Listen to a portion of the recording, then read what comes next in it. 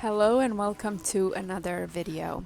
I stayed at yet another pod hotel, this time in Copenhagen, Denmark, and this is the review. First things first, I booked the option with taxi from the airport as well as included breakfast. It was just me staying in the city for a few days, so it seemed like the perfect accommodation. This is the taxi, by the way. It's one of those vans you often see at airports, and the driver knew exactly where to go, so it went quite smooth. Upon arrival, I checked in. As everything else here, it was self-service and digital. There was a person sitting at the entrance area sometimes.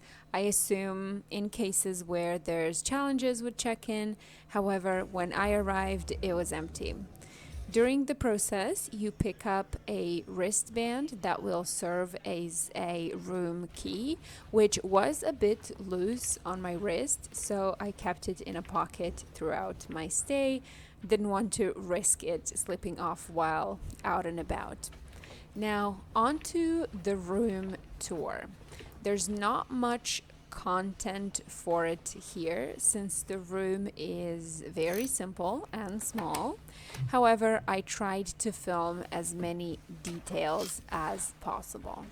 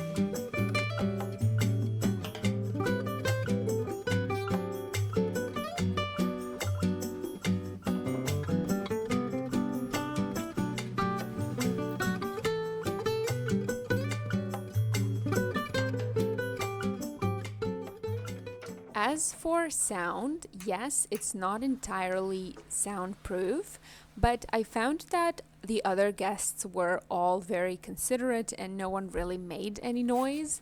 I also want to mention temperature. This is a screenshot of my weather app showing 14 to 17 degrees Celsius during the night, and I'm happy to report that the temperature inside the pod was pleasant during those days. I was worried it would be cold because it was windy and rainy, especially during the nights. However, it was quite cozy. Next up, bathroom. The place was quite busy, so I rarely had any time alone in here, especially with a phone in hand, but I did manage to get the most of it.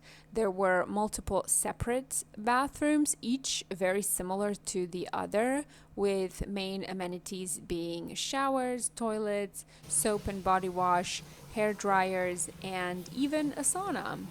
The sauna is mixed and there was almost always someone in there, so unfortunately it didn't get filmed, but it looks like any other sauna. You also get a bathrobe, and there's even a machine that sells things like flip-flops, toothpaste, phone chargers, and other small items that you may have forgotten to pack for the trip.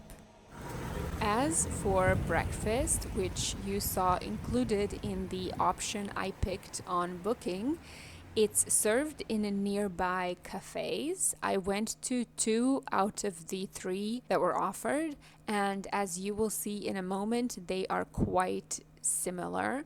That is, in food choices. Very light, I would say snacks rather than a full meal. In the first one, I had this little bread bun, a boiled egg, some cheese, butter, jam, and coffee.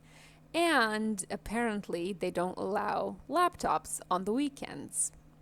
In the second one, I had this oatmeal and a cappuccino, also with oat milk. This one was much closer to CityHub, and I enjoyed watching cyclists pass by while eating.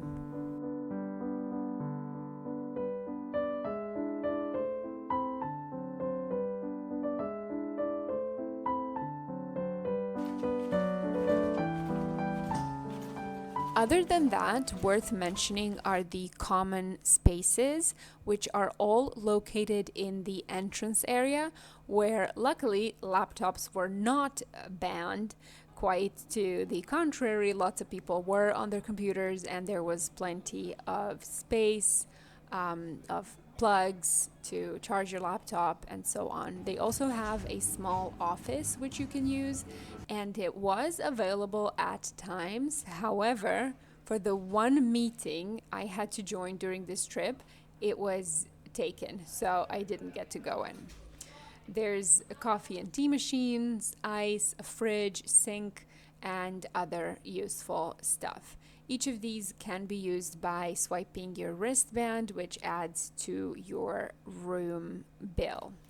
At the very end of my stay, I used their lockers since I didn't want to come back midday to check out. So I did it in the morning, locked my suitcase, and went to enjoy Copenhagen some more before my afternoon flight.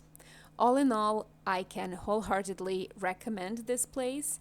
It's well kept and has lots to offer, and the neighborhood is great too.